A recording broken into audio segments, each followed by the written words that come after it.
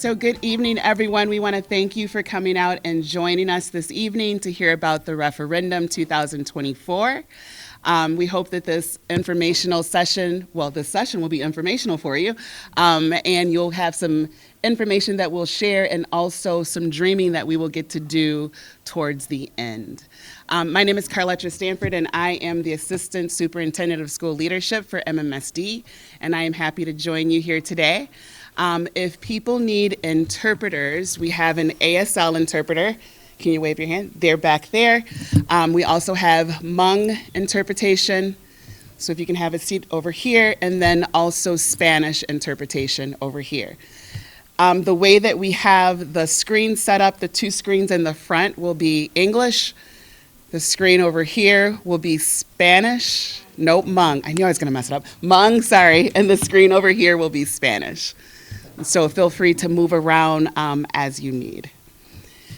So again, my name is Carletta Stanford, and I want to introduce the fabulous principals of Gompers Elementary and also Black Hawk Middle School. So Dr. Sue Alplenop. Take a look. Mycia Tao. And then Blackhawk also has an AP, Deirdre Green, and I don't know if she's joined us yet, but you'll see her here as well. If you are a staff member in MMSD, if you could just wave your hand so you can be recognized as well. Thank you for joining us.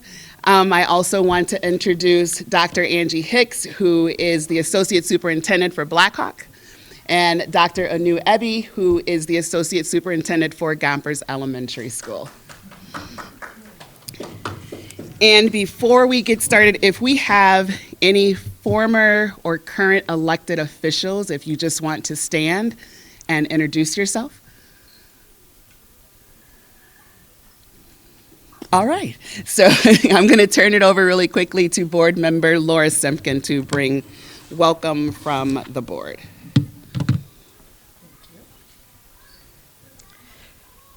So thank you. It is wonderful to see all of you out here. My name is Laura Simpkin. I am one of your school board members. The school board and the administration and schools have been talking about this for such a long time, and I am so excited to hear what all of you have to say. So this is going to be great. You're going to get some information, and then you're going to have a chance to share your thoughts about what you want your new schools to look like. So I'm just going to be sitting back and listening and enjoying the conversation. Welcome, everybody.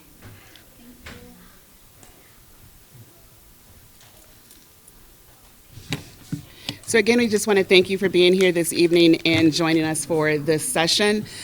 We want to start this off by kind of grounding you in some of the demographics for MMSD. And so here, as you can see, we have over 25,000 students in 52 schools and over 6,300 staff members that come in to serve our students each and every day.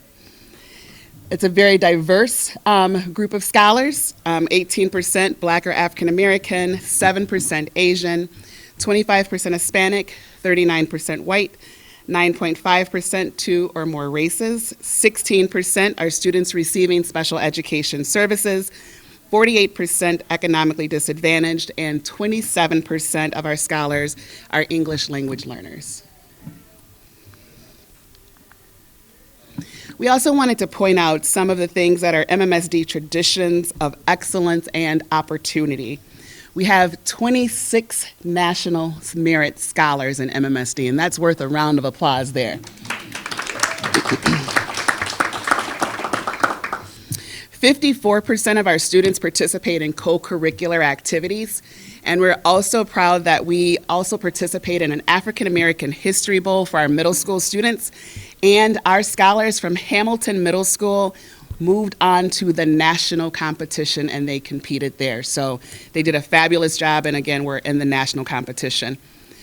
We also have high school students that are involved in career and technical student organizations, and they earned top awards at several career readiness competitions, with 45 of our scholars advancing to national championships.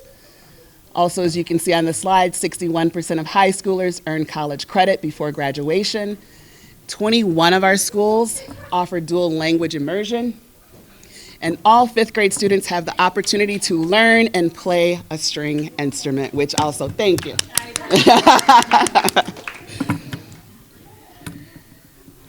So this is not our first session that we have had. So you spoke and we listened.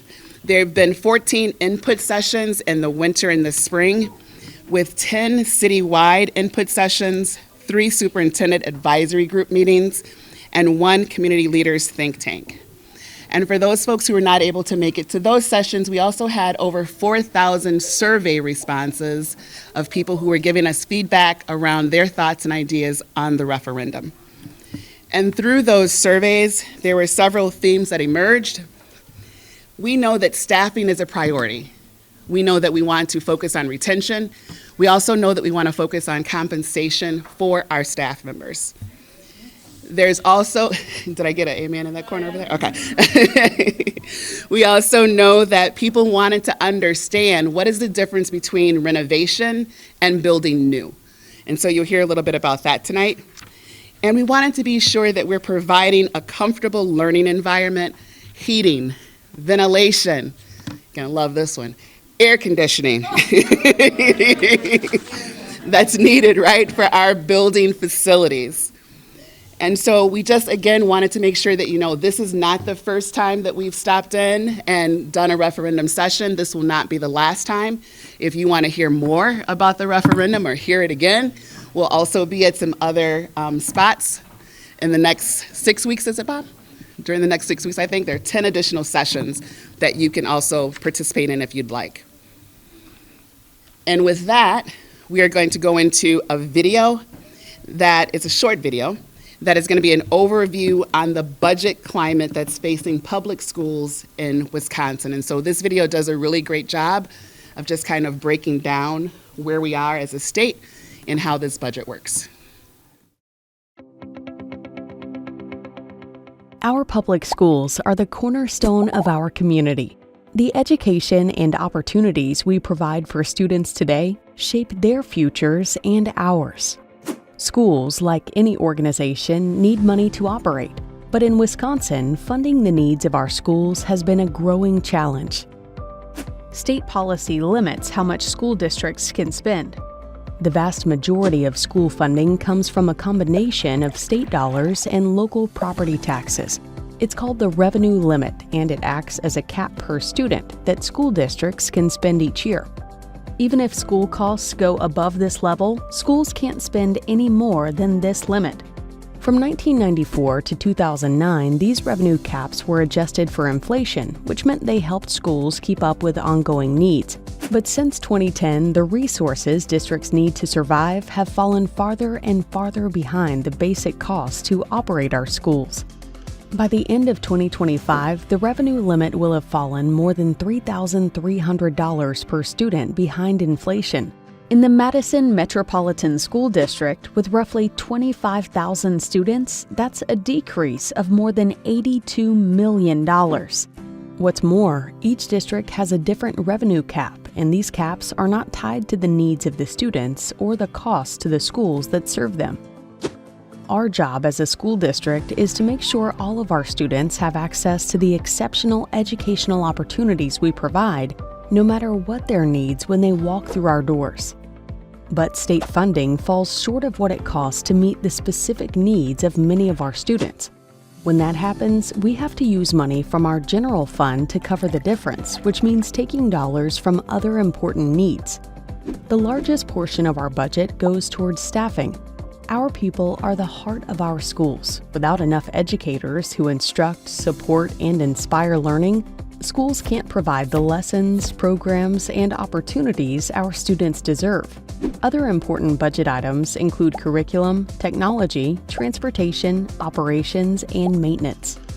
We work hard to balance our budgets, yet resources for schools have been shrinking year after year since 2010. With costs growing faster than funding, districts are always looking for ways to trim costs and work smarter, like deferring needed school maintenance, cutting programs, reducing staff, and many other strategies. But schools can only cut so much before they start to harm educational opportunities for their students. To maintain class sizes, keep up with rising costs, take care of school buildings, and protect high-quality instruction, many districts have turned to their community to help fill the state-imposed funding gap. Since the arrival of revenue limits, over 80% of school districts have done so by asking local voters to raise their caps through an operational referendum. Most have used the option multiple times. Our children don't have time to wait for state policymakers to fix the school funding system. By putting the needs of our students first, we are investing in their potential and the future of our whole community. Strong schools make strong communities where families want to move and stay. Learn more about school funding by visiting our website.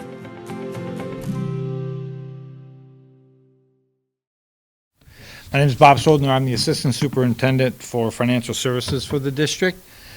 I want to follow up with the video with just a little bit now more of the specifics of what that video means for the Madison School District. Talk a little bit about the context of both referendum questions coming up on November 5th, one for operating dollars that we want to talk about first, and then get more into the facilities that will lead us into the dream boards that Carlich was referring to and want to continue to seek your input.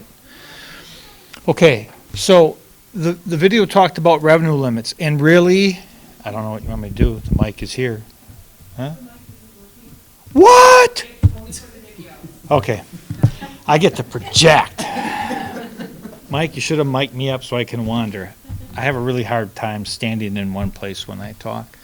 Okay, so I want to talk a little bit about the context of the Madison Metropolitan School District is in and the Madison School Board, which is very similar to school boards across the state of Wisconsin and is actually similar to municipalities in the state of Wisconsin, right? So state law was changed decades ago to limit the amount of revenues available for school districts and municipalities like the city of Madison and our neighbors in Dane County to generate revenues that equal your costs. Costs that go up every year through inflation, costs that go up every year by rewarding and paying your staff a good wage to increase the quality of our staff, to invest in programs for our staff. And under state law, by design, by definition, state law says if a school board wants to continue to have ongoing sustainable revenues to match the costs that they have, they need to go to the voters and ask the voters to approve a referendum. So that's what the two questions are in essence, right? Going to the voters to say we need ongoing revenues to continue the commitment to excellence that we have here and to continue to invest in several things. And I'm going to talk a little bit more about the investment areas that the board and the community has asked us to invest in. But first, a few numbers on the revenue shortfall. Just the last 2 years alone, if our revenues had been designed in state law to keep with inflation like our costs are, we would have an additional $32 million starting this year in 24-25. That's combining just under $21 million shortfall from 23-24 and a $9.4 million shortfall in revenues, sustainable ongoing revenues to support our schools for 24-25. Talking a little bit about more about revenue gaps and resources. Federal and state law require school districts, and Madison does an excellent job of providing the additional special services needed for kids that have been determined to need a individualized education program, right? Those costs are required. Those costs are essential. Madison does a great job of meeting students' needs. But what the federal government and the state had historically said is they would share in those costs, meaning they would provide revenues to cover those costs. The state provides about 31 cents on the dollar for those costs. So what that means in 23-24 is Madison needed to take $66 million in our revenues that's available for all of our operations and fund those needs for students that need special education services. Very important task, and Madison, as I said, follows through on that commitment. But it does cause a budget revenue gap, a shortfall in our ongoing sustainable revenues. We're not unique in that situation. Statewide, that number is $1.5 billion for the rest of the districts in the state of Wisconsin. And then finally, to highlight some of the state laws and, just lack of common sense. State law says a 4-year-old kindergarten is a 0.5 child, counts as a half child, right? That has significant revenue shortfall implications when communities such as our own invest in 4-year-old kindergarten, right? Full day and half day programs have full day costs, but the state doesn't recognize a 4-year-old child attending a full day program as a full student. Therefore, they give half the revenues, which is a built-in, again, state law requirement in terms of that revenue gap.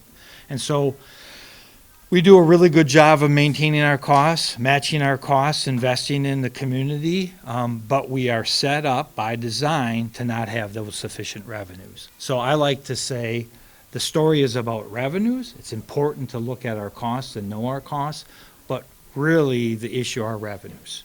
Oh, that's right, I advance. I got to click. All right, a little bit more about investment. The Madison School Board invests $5 million. They have been annually, for the last several years, investing $5 million dedicated to school facility maintenance, capital improvements. Since 2008, that totals $93 million. That's in addition to the custodians, our building services staff that we pay to do the work itself. It's $93 million that the board has continued to invest in our facilities. However, our facilities are aging out.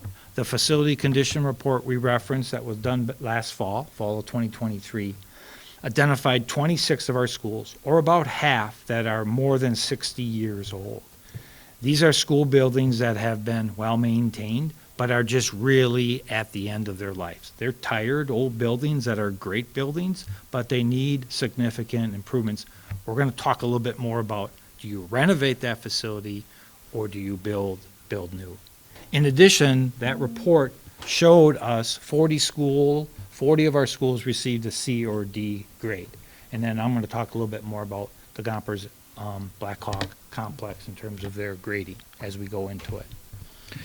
This is where I'm going to use my notes. This is an area where my colleagues on the other side of the house, the teaching and the learning, normally talk about this, but these are critical pieces. And so I got some written statements here. I don't want to miss anything on these. But there are 4 areas, and these 4 areas have really been the focus of our school board and our community in terms of where do we put resources, what are our priorities. It's early learning, multilingual education, a focus on well-rounded opportunities, and culture and climate. I want to talk a little bit about that.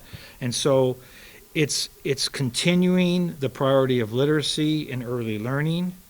As I've said, Madison is all in on investing in full day 4K as we move from building to building, expanding half-day programs to full day. The board did it for the 24-25 budget, expanding the number of sites, expanding the staff that are available for 4K and early literacy. Multilingual education, 21 of our schools offer dual language immersion. In addition to that, we're starting dual language immersion in 4-year-old kindergarten programs this year. Significant and important investments for our community, which is a diverse community, and preparing our students for a global economy and being successful in the world. And then in terms of the well-rounded opportunities, it's a real focus. Carletra highlighted some of the facts and some of the numbers. 61% of our students graduate with some college credit. 54% of our students participate in co-curricular activities. And really the central focus of the $507 million ask for facilities is a focus on middle schools. We just completed the 4 comprehensive high schools and updating the high school experience. And the board made a decision, talking to the community back in 2020, that our focus on facilities was going to be middle schools first. What we've learned since then is we have some high priority mechanical infrastructure needs for some elementary schools. That's why Anana and Crestwood have been included in the list of schools, the 10 schools that the board is asking voters to consider approving the $507 million. In terms of culture and climate, it's critical in terms of closing opportunity gaps, which the board continues to invest in terms of training and teachers and us reaching the community. Large provision in the 24-25 budget was to fund community schools, additional outreach and liaisons for certain school communities to really expand the school building out to the community and develop those relationships, which has been proven to close opportunity gaps. So it's a good investment, a commitment to excellence that the board continues to do. All right. Back in June, the board approved 2 ballot questions, and I'm going to talk about the specifics of the operating referendum, which is $100 million scaffold over 4 years, and a facilities question that's asking for $507 million to focus on 10 schools at 7 sites. The operations referendum is a lot more than just sustaining what we did last year, right? It's a continuance about the 4 priority areas I talked about. It's a continuance of a commitment to excellence. And it starts with retaining high-quality teachers and staff and addressing the continual increasing costs in terms of health care and other benefits that employers and employees need to attend to. Continue the investment in 4K and early learning, the expansion of the multilingual programs, and just this commitment to a well-rounded education. Really with that focus at the middle schools to match the experience our students are going to have when they go to our completely renovated high schools. All right. So the $100 million over 4 years is to provide additional dollars, and let me be clear on this. The $100 million ask is giving the board the authority to raise revenues up to $100 million. The board historically in our community has been very good at supporting our schools through referendum, voter approval. The board will only use the authority they believe they need as they do their annual budgeting, right? But this authority is what we believe the board's going to need looking forward in terms of revenues to do the things that I've been talking about. So this year would be an additional $30 million, the following year $30 million, and then in the fall of 26 would be an additional $20 million, followed up by another $20 million the fall after that. In total, $100 million base building revenues increased in terms of the authority. This first year, the monthly impact on the taxpayer of the average home in Madison, which is $457,300, is $26 a month, right, the first year. Fully annualized over the 4 years, that increases to $87 a month in terms of the operating dollars. The facilities referendum is really, and I talked about it, but it's modernizing the infrastructure of the buildings, and we're going to talk, as I said, more detail later, but it's also really important to know it's so much more than the mechanicals. It is about air conditioning, don't get me wrong. It's about better mechanicals on HVAC, better mechanicals on plumbing, and all of it, whether it's a proposed to build new or proposed to be renovated. But it really is taking a 60-year-old building and making it for today's educational standards and needs, right? It's improving classrooms. It's improving classrooms to be able to handle STEM and multi-learning experiences, the shared spaces in the building, expanding the cafeteria and the libraries and the gymnasiums. It's really modernizing, and we'll talk a little bit about the actual square footage. So the question for Blackhawk and Gompers is more than just replacing this footprint. It's making a modern school to serve elementary and middle school, right? It's much more than just replacing what we have. All right, this is a little bit different. Facilities questions can be a little bit confusing, but it's $507 million. The authority to sell $507 million in bonds that would finance over 20 years the 10 schools and the 7 sites. There's no impact this fall. The first impact would happen in the fall of 2025. And the idea in terms of how this debt would be structured is it would be about $27 a month. and that would run through the life of the 20-year bond. And the reason that 23 years is on the screen is we're only going to sell the bonds and begin paying the interest on that when we need the money. The building project that's being proposed would go over 5 years. So we're going to start selling bonds next year, and the payment will be due in the fall, and then we'll delay that issuance of that debt until we get to the next project 2 years later, right, when we finish the first schools. So it's structured to go at an equal amount to raise the revenue to pay that debt off over 20 years. And $27 a month. We're going to talk more about the grading. These are the 10 schools, 7 sites. The grades, the cool colored boxes actually have a meaning. It's a grade in the facility condition report. We're going to talk about the specifics. But you'll notice the pattern here. You look on the upper right corner of the open squares and you see the orange. Orange is D, red is F. That's a focus on these 10 schools and 7 sites about the HVAC and the plumbing mechanicals. These buildings were chosen by the board for several reasons. One of them is the urgency and necessity of the physical infrastructure, mechanical and plumbing focus of the schools. Other factors come into consideration on it are, is green space available to build new? You do an analysis on the cost to renovate to build new. There's a mathematical formula. It says if it's more than 60% to renovate a facility, you go to building new. But that's not just a simple mathematical equation. Part of that are the sessions that Carletra talked about that the board had before the vote. And those same kind of continual input starts tonight, goes for a month, and we're going to continue that. I'm going to talk a little bit more about how we're going to continue to seek public input over the next several years. But these 10 schools and the 7 sites are geographically located, which is also an intentional decision by the board. We want to focus on middle schools, and we want to focus on the entire district. We have 12 middle schools.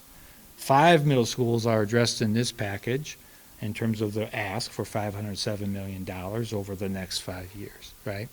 We wanted to spread that renovation project over the entire district to have locations of improved middle schools and elementary schools to set us up for the next 5 years.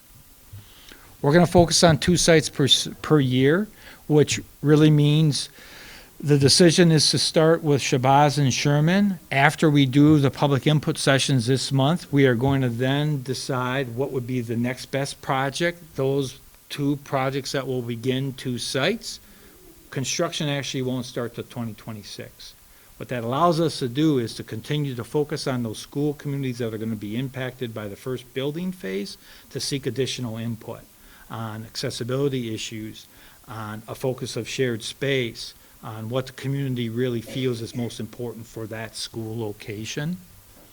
And then the talk is to potentially then have other schools like this existing facility available to use for when we start renovating or building new another school. The current facility would stay open as we build a new facility over 2 years. It limits the disruption for middle school and elementary school kids, and they can maintain their education. And then when we have the new school done, likely 2 years from when we start, the families and students can move right into that new building. We keep this building open for potential use depending on what the next site is that we're going to be working on, right? And I already mentioned Shabazz High School and Sherman Middle School. And really the reason the board wants to focus on that combination school is because the commitment was made. We dealt with the 4 comprehensive high schools, renovated Hoyt Elementary into a beautiful Capitol High School, one of our alternative high schools, and said we'd start next again with Shabazz, our remaining high school, and now focus on middle schools. All right, I am probably bad on time. I always am. I'm not that bad on time. How are we all doing? It seems like you're all following me and engaged. All right, that's what your faces are telling me. Sometimes I don't get that look on faces. It's like, what are you talking about? All right, so this is good. I won't continue to go in, but I wanted to point this out. It's also in the handouts at your table. This consideration of repair or build new. I mentioned some critical pieces, right? We work with our team that included our current owner's rep for the 2020 build, included our construction management partners, some architectural firms, and our building services staff, me and some other folks from the administration. And we sat together, there's my timer. And we sat together, we're doing good. We sat together and we came up and we looked at the cost. I told you that 60% threshold, but it's much more than that, right? It's about the infrastructure of picking the sites that are most in need with a focus on the mechanicals and others. It's this, is there a site available to build new if that's the decision to build new? It's geographically located. It positions the community well for considerations. Remember, I told you we did that facility condition report. Most of our schools, other than Olson, which is our newest school after Southside, most of our facilities are C or D. We talked about that. 40 of our remaining 52 facilities are rated C or D, right? So what that means is Madison has aging facilities and we need to begin a decades-long review of the facilities and need to renovate and modernize, right? All right. This is a boring slide about cost of placement ratio, which I've already beat. Well, no, I've talked a lot about it. You get that. And now I want to get into the specifics. And this is where it's probably really important to look at this colored handouts that's at your seat so you can follow along. This is really good. Our comms folks put this together about a bunch of stuff we've been preparing over the last several months. So it's really informative and it's a good takeaway. But I talked about the mechanical and HVAC on the upper right corner, but you can see the other areas. Blackhawk Gompers comes up in some areas in terms of accessibility, in terms of sustainability and the special needs. That was also ranked lower. There's some positive, right? The board and the community, we've continued to invest in our facilities. This is a good facility. It's a good school. It's just nearing its end of its useful life in terms of the perspective of the board. It was built in 1959. Those are the current enrollments. That's the current square footage. This proposal, and Carletta's going to get into it, but I want to highlight a little bit on this key. You have it before you. The existing building footprint is here. The green is the site. This no way means the building's going to end up looking like this, but the idea is to give you a visual display of if we build new, we would build new in the green area.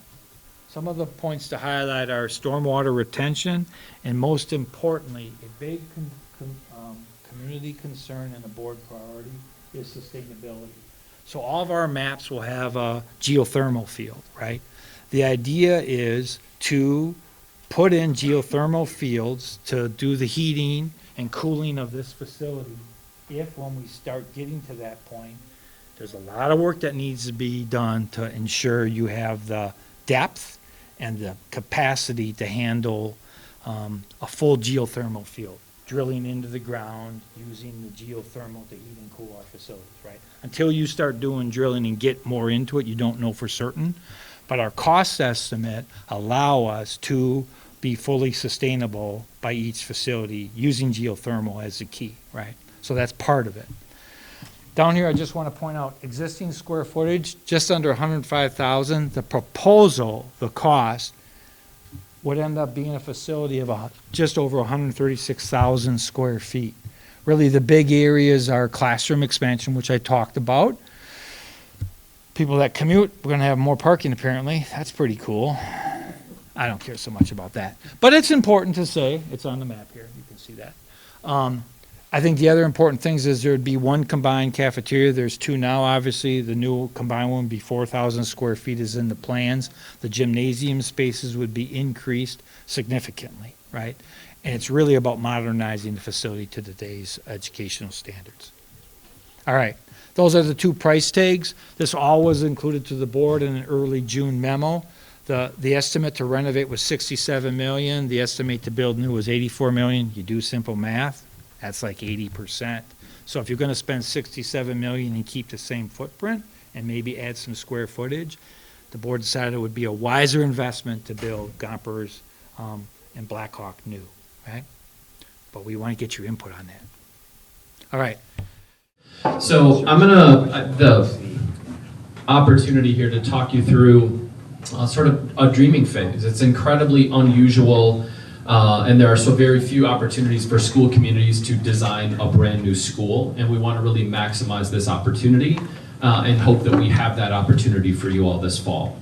We're going to think about different and specific areas, and I'd invite you to think about what exists here already around flexible classrooms, around gymnasium space, the cafeteria where students spend time between classes, the library, and also other things like accessibility, parts of the building that certain students can never get to.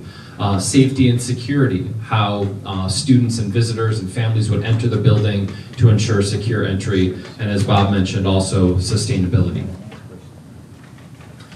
You have at your table pink and yellow Post-it notes, and I want to sort of differentiate those both for you and ask you to use the Sharpies at your table to write some things on as I work my way through these boards. On the pink, you're writing things that you like or appreciate and that you would like to be the same, meaning we have this, we want to make sure we have that again as we design a new building. So pink is for things you want to stay the same or want to make sure that they exist in the new design.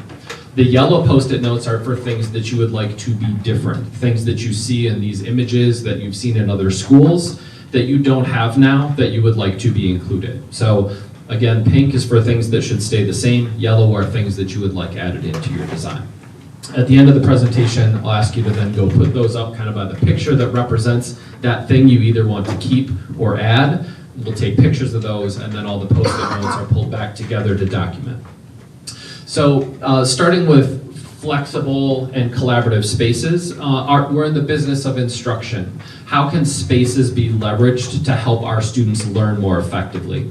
Flexible spaces that allow for different kinds of teaching and learning than we've had or been able to do in the past. Seeing students use spaces in ways we're not used to seeing in our more traditional spaces. And so I'll work my way through a variety of slides here.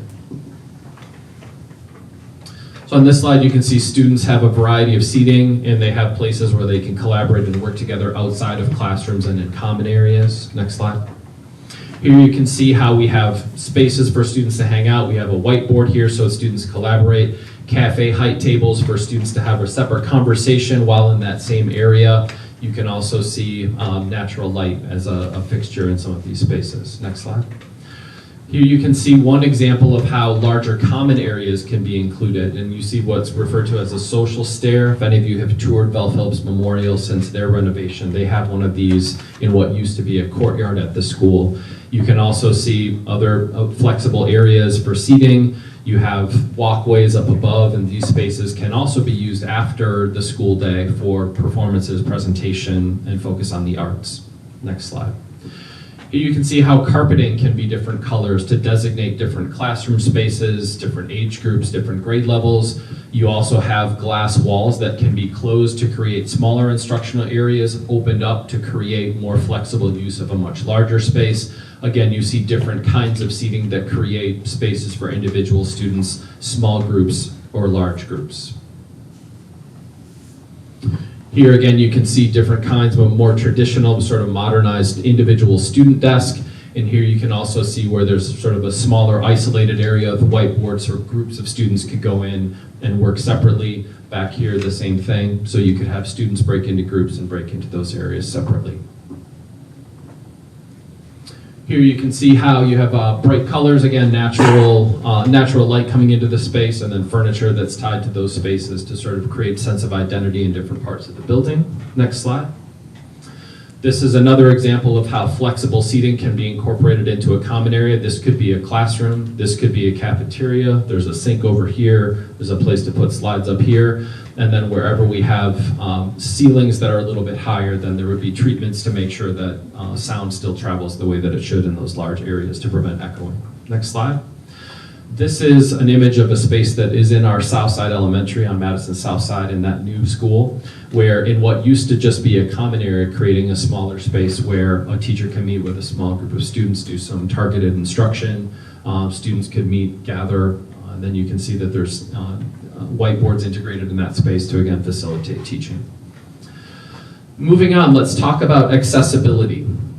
We want to make sure that our spaces are inclusive and welcoming and are tightly tied to the sort of school culture and climate that we want to create, ensuring universal design so that every single person that comes to our school buildings feels they belong and can access all of our spaces. Next slide. Here you can see a ramp allowing students to sort of seamlessly transition from one level to the next, and then you have flexible seating in a variety of levels, again with integrated panels that can be used for instruction. Next slide.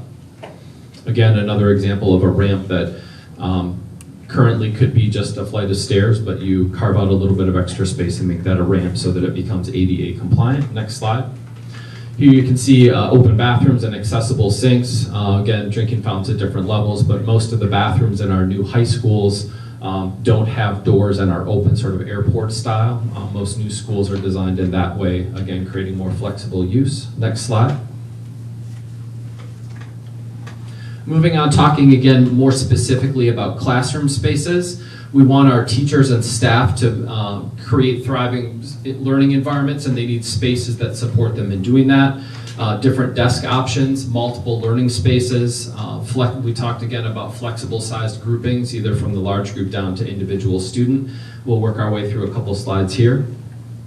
Especially in our high schools, you see some of this where you have some tables and desks that are a little bit higher and some that are lower to sort of naturally create different groupings within a classroom space. Next slide. Here you can see different, again, use of different colors in a classroom to sort of designate different learning areas. Again, large windows and natural light. Next slide.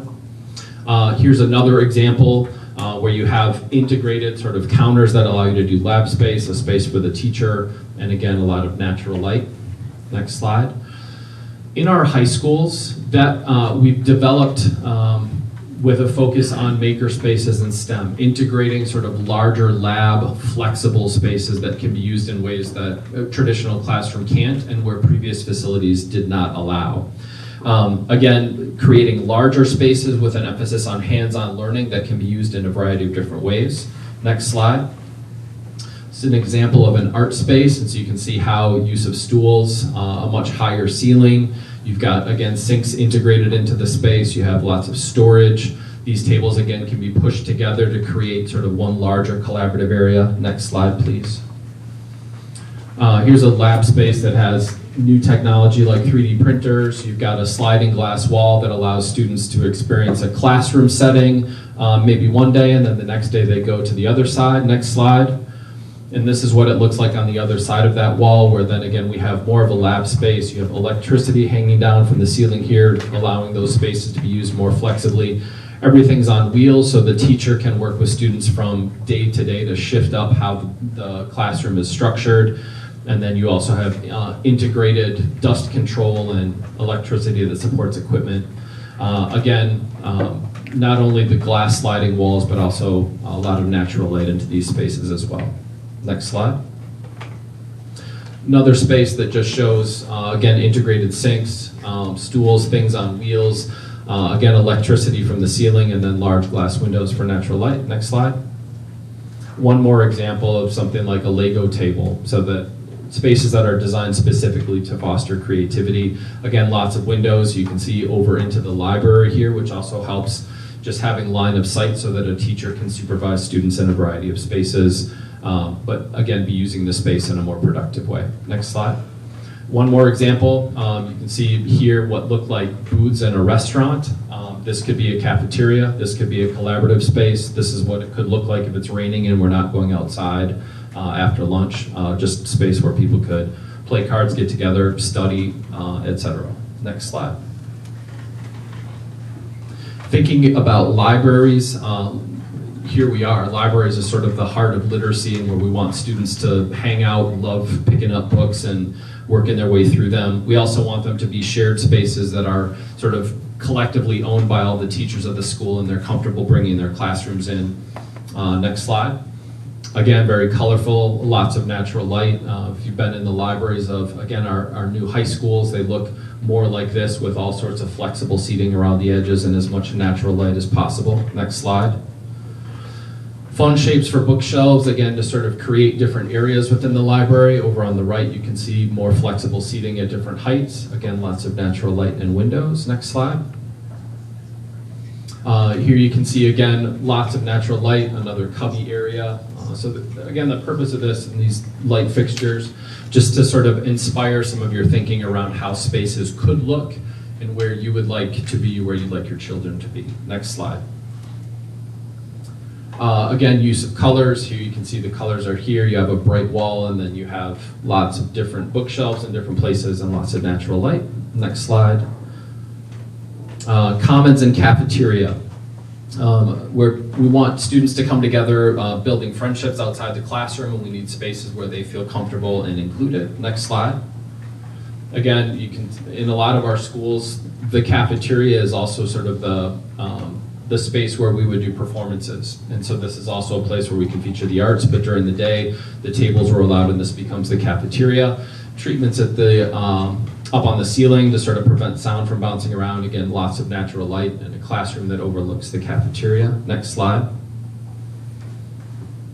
This is another example of the cafeteria where you switch it around and students go in to get their food and turn around, and then where they would actually sort of check out a little bit more in the open space to create a different feel as opposed to having to sort of work their way in to check out. Next slide. This is, I believe, Southside Elementary again. So you have large glass doors that open up, creating a much larger cafeteria space, and then you can close these back down to sort of separate those, and they could be used as a classroom space or pull a couple of classrooms together to collaborate in a different way. Next slide. One more showing how wood elements can be used. Again, natural light kind of in all of these pictures. You see another performance space here, but you also see all of the wood treatment in the ceiling. Let's move on to gymnasiums. We'll start with a picture of Southside Elementary. Again, things that are consistent throughout these slides. Lots of bright colors on accent walls, lots of glass. Again, here's more bright colors and lots of natural light in these spaces. Keep going. Another example of what could be a performance space. We could have a movie night here. You have accessibility with a ramp to get back up on the stage. Lots of flexible use, including curtains that drop down to separate spaces so that we can have different classes on different sides or activities going on in a large space that for a larger game could be opened up and you have competition throughout the entire space. 54% of our students district-wide are involved in co-curricular activities. We want to make sure that we're thinking beyond sort of the regular school day into what students do after school and in the evening to stay engaged in our school communities. Monitored and controlled entry, we want to also be mindful of safety as we work our way through it. So I'll show you a couple of examples of what some of those safe entries could look like. Here you have students who are entering and checking in the building that way and then are buzzed in. Next slide. This is another example that shows a double entry so that students coming in after school starts would come in, go into the Welcome Center and check in, and then into the school building. Students who are leaving go out through both of those doors. If you think about your entries the way that they are now, when it's cold outside and the doors are open and all the students are streaming in, the building will drop temperature 10 or 15 degrees in that area until everybody's in, the school day starts, and then it slowly warms its way back up. All of our high schools have been redesigned with double entries to make them more energy efficient. Next slide. Here's another example of how you can use the architecture to sort of help create a more welcoming, common entry point so you can see from across the way when you're driving up and visitors would know exactly where they're coming. Signage and again, architectural features that make the school building and the school community unique. Next slide. Sustainability. We've touched on this a few times, but also just wanting to make sure that we want the building to last for a very long time, and in order to do that, we also want it to be sort of energy efficient and sustainable in ways that our current buildings are not. Let's look at a couple of examples. Again, here you can see use of sort of wide open spaces that allow for air to move pretty freely. You also have cathedral ceilings in different places that allow for air to move around, and then again, using lots of natural light, both up above and down below, reducing the amount of lighting that we need in the space. Next slide.